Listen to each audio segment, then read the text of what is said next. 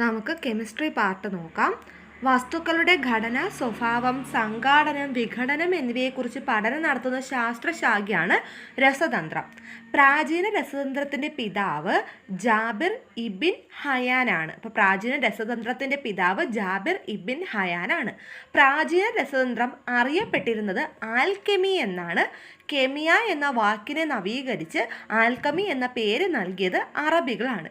കെമിയ എന്ന പദം ആദ്യം ഉപയോഗിച്ചിരുന്നത് ഈജിപ്തുകാരായിരുന്നു. രസതന്ത്രത്തിൻ്റെ പിതാവെന്നറിയപ്പെടുന്നത് റോബർട്ട് ബോയിലാണ്. അപ്പോൾ രസതന്ത്രത്തിൻ്റെ പിതാവ് റോബർട്ട് ബോയിലാണ്.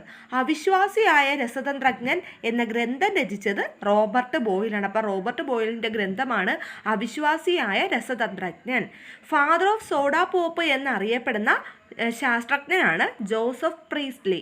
UN അന്തർദേശീയ രസതന്ത്ര വർഷമായി ആചരിച്ചത് 2011. UN അന്താരാഷ്ട്ര രസതന്ത്ര വർഷമായി ആചരിച്ചത് 2011. ദേശീയ രാസ ലബോറട്ടറി സ്ഥിതി ചെയ്യുന്നത് പൂനെയിലാണ്. ആധുനിക ഇന്ത്യൻ രസതന്ത്രത്തിൻ്റെ പിതാവ് പ്രഫുല്ല ചന്ദ്ര റേ ആണ്. ആധുനിക ഇന്ത്യൻ രസതന്ത്രത്തിൻ്റെ പിതാവ്. A history of Hindu chemistry എന്ന ഗ്രന്ഥം രചിച്ചത് പ്രഫുല്ല ചന്ദ്ര റേ ആണ്. പ്രഫുല്ല ചന്ദ്ര റേയുടെ ആത്മകഥയാണ് ഒരു ബംഗാളി രസതന്ത്രജ്ഞൻ്റെ ജീവിതവും അനുഭവങ്ങളും 2 വാല്യങ്ങളായിട്ടാണ് ഇത് പ്രസിദ്ധീകരിക്കുന്നത്. ഇനി ലോഹങ്ങളെ പറ്റി നോക്കാം. രാസപ്രവർത്തനത്തിൽ ഇലക്ട്രോൺ വിട്ടുകൊടുക്കുന്ന മൂലകങ്ങളെയാണ് നമ്മൾ ലോഹങ്ങളെന്ന് പറയുന്നത്. അപ്പോൾ ഇലക്ട്രോൺ വിട്ടുകൊടുക്കുന്ന മൂലകങ്ങളെയാണ് ലോഹങ്ങൾ എന്നറിയപ്പെടുന്നത്. ലോഹങ്ങളെക്കുറിച്ചുള്ള പഠനമാണ് മെറ്റലർജി എന്ന് പറയുന്നത് ലോഹങ്ങളെക്കുറിച്ചുള്ള പഠനമാണ്. ലോഹങ്ങളുടെ ചാലകത നിശ്ചയിക്കുന്ന ഘടകം അതിലുള്ള സ്വതന്ത്ര ഇലക്ട്രോണുകളാണ്. ലോഹങ്ങളുടെ ചാലകത നിശ്ചയിക്കുന്ന ഘടകമാണ് സ്വതന്ത്ര ഇലക്ട്രോണുകൾ എന്ന് പറയുന്നത്.